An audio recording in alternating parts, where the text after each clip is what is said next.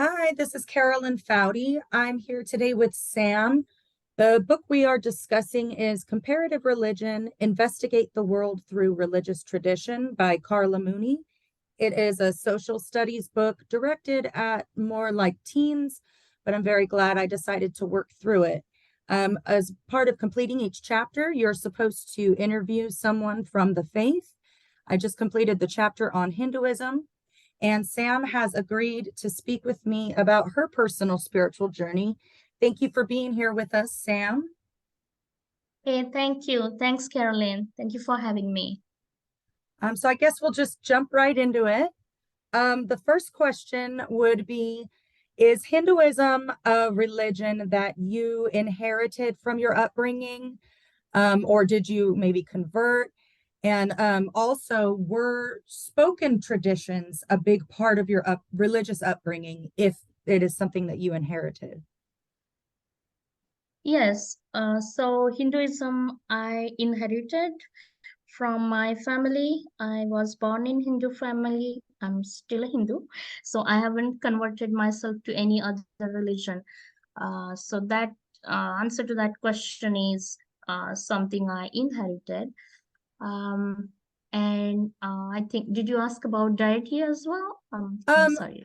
No, I'm sorry. I kind of asked a compound question. Okay, Um, sorry. I think it was because I actually added this later. Were spoken traditions a big part of your religious upbringing?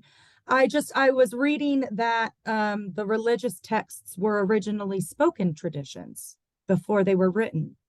And so I was interested if the spoken traditions aspect of telling the stories to your children and other people is still a very important part of the religious practice. Yes, of course. Because the way mostly I was um, taught about and I learned from my family was spoken mostly than learning, putting Bhagavad Gita in front of me and reading and learning from it. Instead of that, I was learn more from spoken and traditions and every festivals, what traditions we follow, how it's associated to Hinduism and which god and which deity this is associated. So it's a spoken tradition is also mostly is was also mainly a part of my own culture and my own religion, and even telling stories to my children. So whatever I learned from my parents, I'm passing it along to my children. So it's and when it's a spoken tradition, it it can be little modified as per whatever suits to your family. So that was definitely a part of my tradition. Hmm. So, would you consider yourself to be a member of a particular branch of Hinduism? Yes, so there are like Vaishnav, there are four sampradayas, they call sampradaya, and uh, where my family belongs is from Vaishnav. So those are inherited from Vishnu. So there are different branch like Shiva, Shakti, Vishnu. So those are inherited from Vishnu are called as Vaishnav. So I belong to Vaishnav sampradaya. I see. Okay. So, and I guess I'm going to skip to this question because I feel like it sort of goes along with what you were just talking about. Would you, when we talk about the different deities in Hinduism, but it's all actually one God, different facets, right? So would you describe Hinduism as pantheistic or more polytheistic?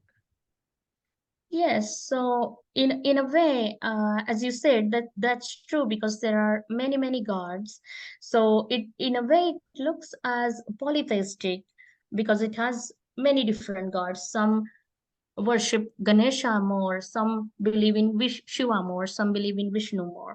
So, but overall, but many of them believe that they all come from same source, which is Brahma.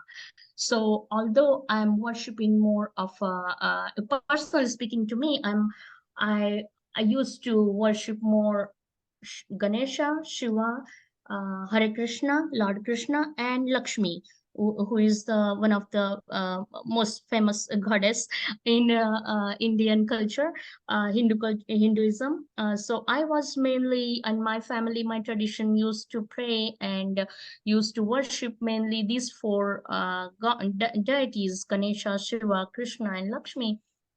I But then, see.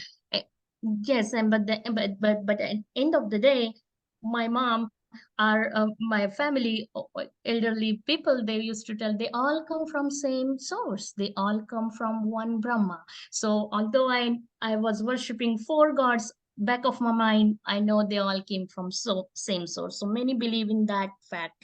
So it could also be monotheistic. It could also be referred to as one God. Right. That is so interesting.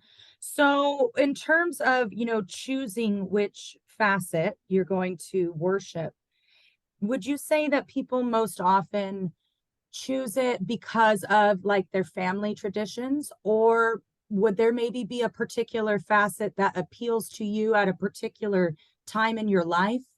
Or, maybe if you work a particular occupation, like how do people choose which Mhm. God they're going to focus on? Yes, that's very interesting question, because yes, many of them are passed on to them from their families. Like, for example, we do, I have heard this from my friends. Oh, we worship this since my three generations. We are worshiping Shiva, and we are worshiping the we are going to this temple, and we are this is our tradition. We are worshiping Shiva and all his festivals throughout the year. This is my family tradition for last five generations, for example. So sometimes it's passed on from um, from your generations or family. Sometimes, as you mentioned, as an occupation too. So speaking of me, it's mainly it was passed on to me from family. These are the gods that we are worshiping. But there are some other gods that, as you mentioned, as occupation. For example, Hanuman, if you have heard about Lord Hanuman, or who is who is referred to as a helper for Lord Rama.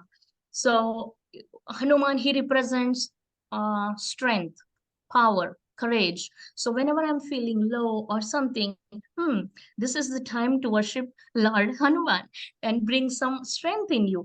For example, Lakshmi. Lakshmi is the goddess for prosperity, money, abundance. So when I'm feeling lack of money, for example, and of course it doesn't like I'm feeling lack of money, I worship Lakshmi and money starts falling. It's not like that, but still, as a particular power that I'm willing to willing to achieve or willing to look for. I look for that particular aspect, which is, for example, money. Then I look for goddess Lakshmi, and then that's how it was also in my childhood. um for example, there are many festivals in India, as because there are so many gods. Each god is associated with some festival. For example, Diwali has one day which is called as Lakshmi Puja, when we fully focus on abundance and Lakshmi and worshipping Lakshmi for that particular day. So that particular aspect is worship only for focusing on Goddess Lakshmi and her aspects and seeking her blessings, and so on. So there are, yes, so answering your question, there are many gods, and they're passed on to you from families many times, but there is also each particular aspect that refers to one god which we worship as well. Right. That's yeah. Hope I It's answered. it's also no, I like that answer. To be honest, it's very similar in, like, for example, paganism, when you're talking about working with like Hecate, for example.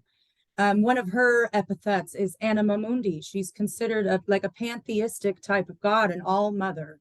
So you might talk to a particular facet of her, the key bearer, or the psychopump, soul guide, but they're all the same thing, right? But depending on what kind of energy you're trying to harness and what you Yes. want to embody, that's who, the facet you choose to focus on.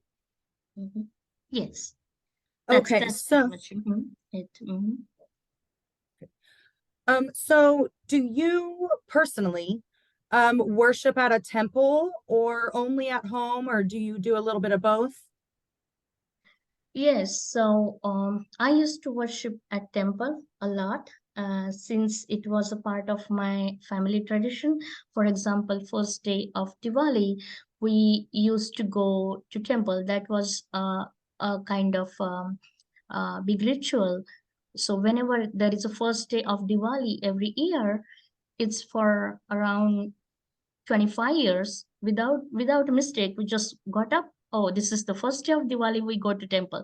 So that was kind of and also not just for Diwali, there was also a couple times in a year whenever there is a festival of a particular god, or whenever there is something good happens in your home, you go to temple and worship god. So we used to always it is considered that it has very high vibration. Wherever the temples are located, that particular land is assumed as a very, very holy land and very sacred land, very high vibrational. So, whatever thoughts and whatever confusion you have sitting at your home, that all gets dissolved when you go to that place. So, that was kind of a belief in many families, including mine, and it's still a belief in many parts and many families in India that unless and until you go to temple, you cannot see God. So I around 25 to 30, I would say, around 25 years when I was in India, and up to I would say 35 years when I was in US. So I went to temple. I even after moving to US, I found I used to find, oh, Google, I googled it for the temples. Where is the temple to worship for next Saturday, next Sunday, for example. And I did this for, as I said, 30 years or so. And recently, I would say when I was 36, uh, some shifts started to happen in me, which I would, in a hindsight, I refer to as my spiritual awakening. And I went through that, and I realized I don't need to go to temple. I don't need to go to church to see God. I can see God right sitting here on the couch. Why Yes, not? yes. Yes, so because as a background as a Hindu, we always used to refer. We always this was strongly in my mind, and it was fit in my brain that everything comes from Brahma and everything is inherited from Brahma. All universe, all animals, plants, whatever you see around you, are all from one God. There is existence of source, existence of God in each and every animal you see. So why do I need to go to temple then? Why don't I make my house high vibrational? Why can't I sit at house and feel peaceful?